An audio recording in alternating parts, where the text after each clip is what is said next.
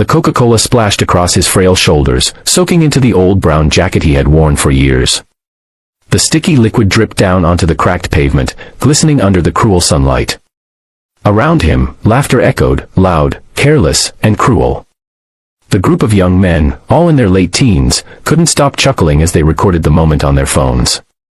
"Look at him flinch," one said between bursts of laughter, while another tilted the bottle again, letting the soda run down the elderly man's neck.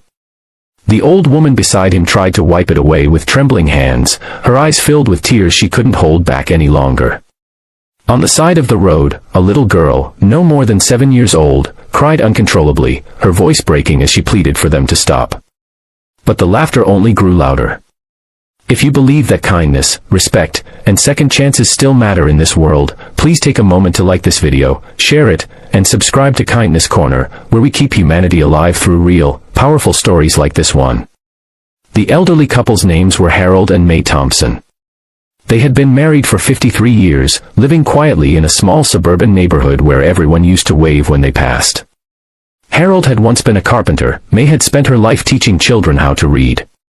But that afternoon, they sat broken on the curb, drenched in humiliation while strangers mocked them.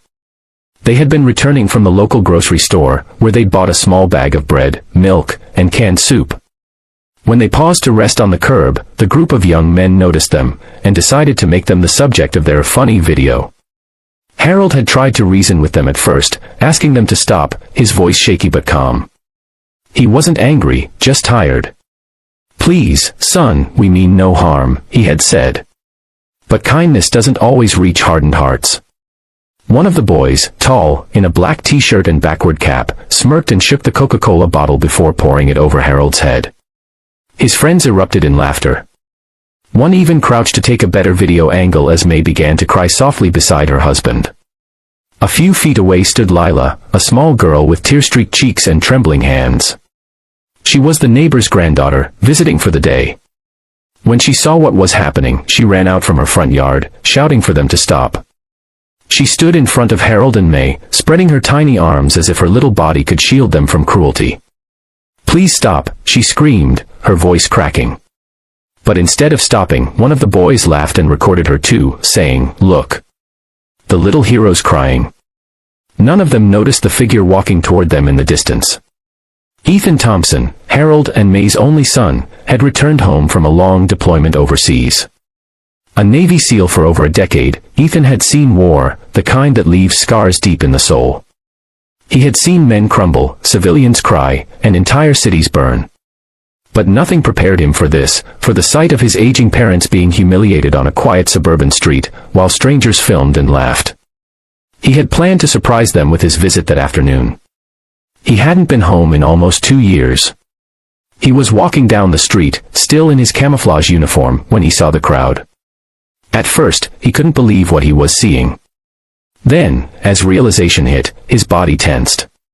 His heart pounded in his chest, not from fear, but from a storm of emotions he could barely contain.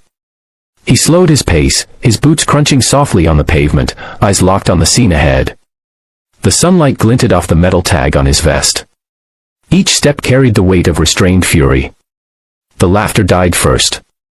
One of the young men noticed him approaching, tall, broad-shouldered, eyes cold and unwavering. Ethan didn't have to raise his voice, his presence alone made them step back. "What's funny?" he asked, his tone steady but sharp enough to slice through the air. No one answered.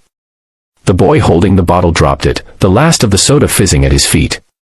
The others exchanged nervous glances, unsure whether to run or apologize.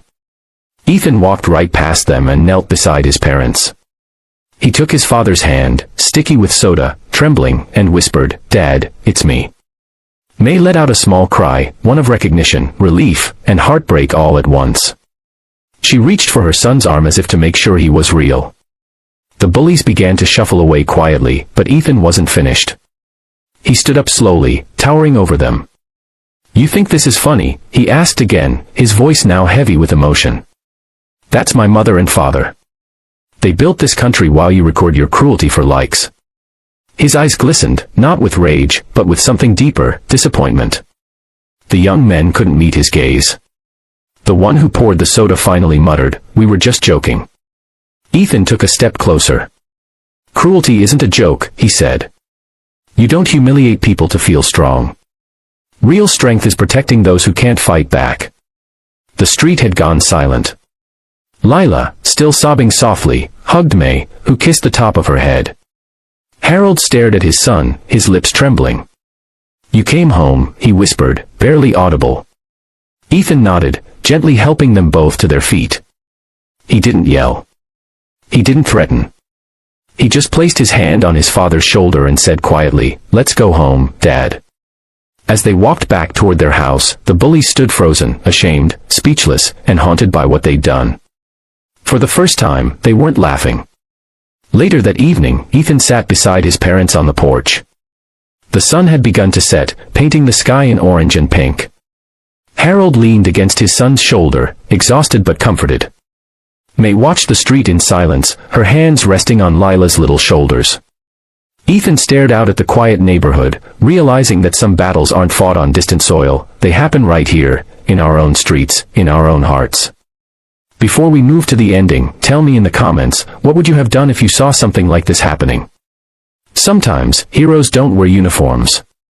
Sometimes, they're little girls who cry for kindness, or elderly couples who endure pain with dignity, or even those who choose to step forward instead of looking away.